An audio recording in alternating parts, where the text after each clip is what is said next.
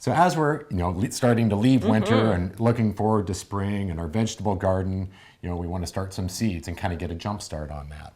So things we need to look at are what kind of containers and what are we going to use to start our seeds. So you can buy these pre-done plastic trays from an independent garden center, or you can look at other things you may have laying around the house, like some empty plastic leftover containers, or some of these work real well are these clamshells. Perfect. That your fruits and vegetables come in. These work really well because they already have holes for drainage in there, and we can use them to fill them with soil and kind of recycle what we already have.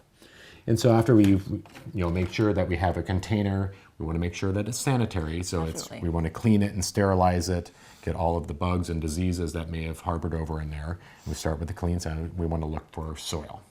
So we recommend using a good high quality potting soil. This one's put out by Black Gold. The nice thing about this is it's natural, it's clean, it's sterile, and it's designed for starting seeds. So after we we'll have our soil, we'll fill in our containers, whichever container we choose to use, and we'll fill it up. It's a nice fluffy mix, and then we'll want to make sure that we moisten the soil.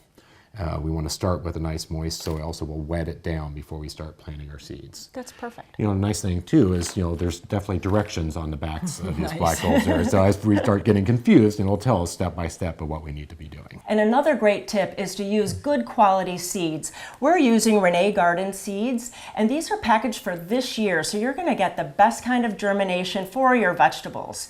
And also make sure that you read the back of the package. It has all the information that you need. It tells you the germination time, it tells you where to put them in the garden, how to space them, and it'll tell you how many days until you can harvest. So today we're going to show you how to plant zucchini seeds. Now these are really big seeds, but it's easier to show you on camera. Seeds come in all kinds of shapes and sizes. Now we're going to use this package that Ryan already moistened, these 6 packs. We already sprayed it down. You want to make sure you do that. We just took a pencil and we're going to make like a little hole, and now the seed pack's going to tell you how far down to put that, and then you put it in the hole, you cover it with soil, and then make sure you moisten it again, because you don't want those seeds to dry out. You want to check your seedlings, your area here, every day to make sure that the soil mix is moist. Now don't forget to label the vegetables that you've just planted, because you want to know which is which. You don't want to plant 3 different types of tomatoes and not know which is which. And then once we have all of our plants started and our seeds in the ground, we want to look for heat and for lighting. So you can buy heat mats that will go underneath the tray to help warm the soils and help those plants germinate, but you also have to be careful with the heat that you're not drying out as quickly. So that's why it's super important to watch your watering. You can also, for lighting, you can have them next to an open bright window, or you can use artificial lighting and grow lighting. And those you can use for 12 to 16 hours to help those seeds to germinate and come up. And now you'll notice when your plants are germinating, there may be 2 or 3 seedlings in those little cells. You want to not tease them apart and save all of them. Just take your scissors and take out the weakest ones. And so once we have it down to our one single plant, we want to look for when is it time to transplant. So after the leaves is come out, it'll come out with this first leaf, which is kind of a rounder, and then it has that next flush of growth. But these are kind of the true leaves or the secondary leaves.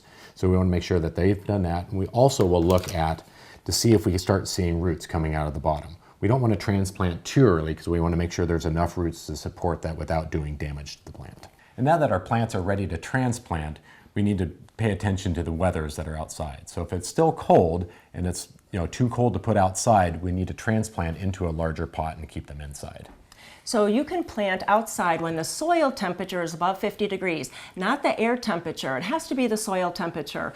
Once it is above 50, you can plant your plants, your new transplants, right outside into the vegetable garden. So we hope all these tips give you a successful jump start on your summer gardening. And there's lots more information on our website. Just go to gardentime.tv.